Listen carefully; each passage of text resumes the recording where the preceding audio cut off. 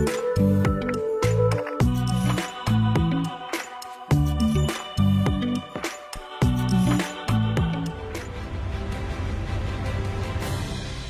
suis très heureux, en tout cas, avec tous mes amis du bureau de l'Alliance, d'organiser cette rencontre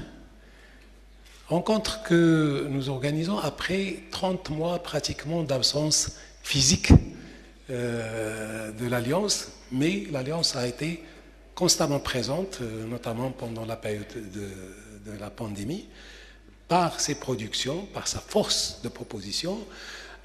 Nous avons accompagné toute la crise par des mesures que nous avons proposées, qui ont été largement prises en considération par le gouvernement précédent. Et donc, aujourd'hui, nous sommes réunis pour renouer avec notre dynamisme habituel, notre travail suggestif et notre travail de proposition, de mesures que l'Alliance a toujours été généreuse d'offrir. Je tiens à remercier tous ceux qui ont contribué à l'organisation de cette rencontre. Je m'adresse particulièrement au comité scientifique qui a travaillé sur le contenu de cette rencontre. Je m'adresse aussi à tous les membres du bureau qui ont veillé à l'organisation logistique de cette rencontre. Je remercie particulièrement Adil et son équipe. Je remercie Hassan Sentissi également pour son appui. Je remercie tous les membres du comité exécutif du Parti de l'Istiqlal ici présents et les membres du comité central qui sont venus donc écouter, participer et donner leur point de vue sur des choses que nous allons discuter ce soir.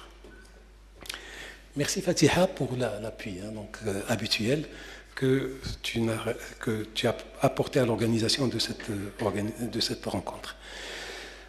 Donc après tant d'absence, nous revoilà réunis pour discuter d'un sujet préoccupant, un sujet qui concerne les leviers de relance.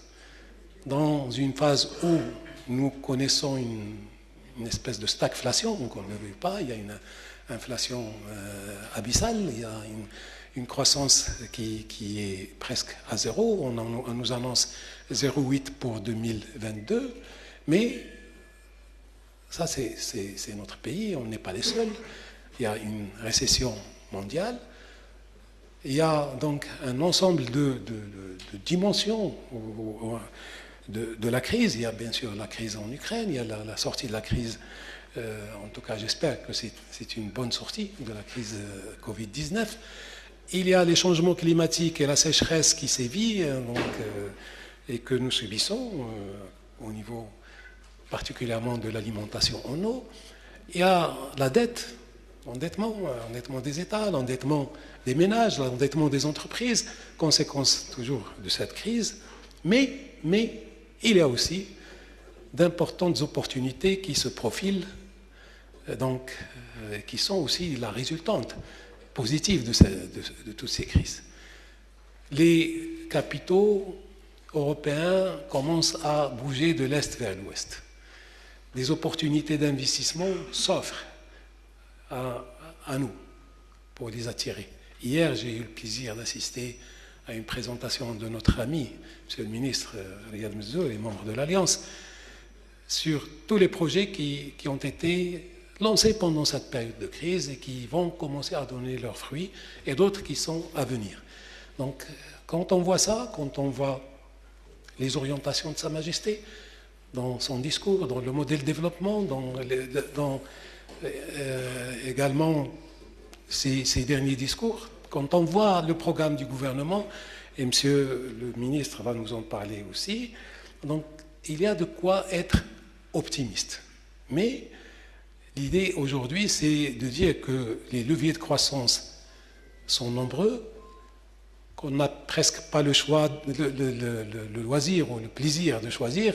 Nous devons actionner tous les leviers de croissance qui se présentent à nous, qu'il s'agisse du renforcement de l'offre, qu'il s'agisse de l'action sur la demande, et quand je dis l'action sur la demande intérieure, comprenant les investissements, publiques et privées, mais aussi la demande intérieure, comprenant la demande des ménages, pour qu'on puisse utiliser et compter sur cette demande des ménages.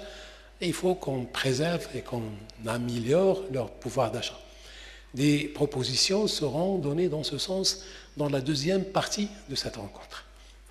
La première partie de cette rencontre, nous allons la consacrer un petit peu à une analyse du contexte international, l'effet de la situation de ce contexte international sur le monde, sur le bassin méditerranéen dont nous faisons partie.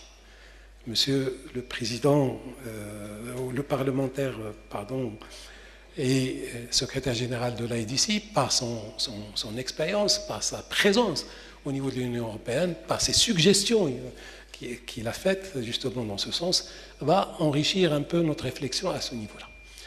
Monsieur le ministre et secrétaire général, Nizar Baraka, va également nous faire part de ce qui a été fait par le gouvernement pendant 12 mois d'exercice. Inch'Allah, 12 ans, c'est de bon augure. Donc, 12 mois d'exercice sur ce qui a été fait pour contrer cette crise, pour réduire son impact, mais aussi ce qui est envisagé pour donc, améliorer les choses.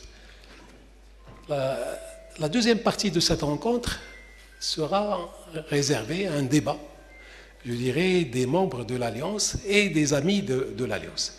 Donc nous ferons une petite pause de 5 minutes et vous aurez un panel d'experts, de politiciens. Je citerai les noms. Donc, des 4 panélistes qui seront là dans cette deuxième partie de la soirée.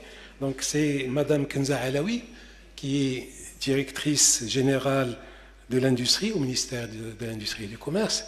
C'est Monsieur Hicham Haïd, qui est parlementaire du Parti de l'Istiqlal et président de la Fédération Plasturgie à la CGM. C'est Monsieur Mohamed Ktani, qui est expert consultant, un ancien directeur général de banque, et qui est membre du bureau de l'Alliance des économistes istiqlaliens. Puis, notre ami Hassan Msharafi, qui est directeur d'une société de high-tech et membre du bureau de l'Alliance des économistes istiqlaliens. Le panel sera animé par Rachid Hallaoui, que vous connaissez, qui est un éditorialiste, un grand journaliste. Donc, sans plus tarder, je donne la parole à notre honorable invité pour donc nous faire part un peu de sa réflexion, de ses propositions, de ce qu'il a fait pour essayer de débloquer certaines choses au niveau notamment de la relation nord et sud de la Méditerranée. À vous la parole. Merci.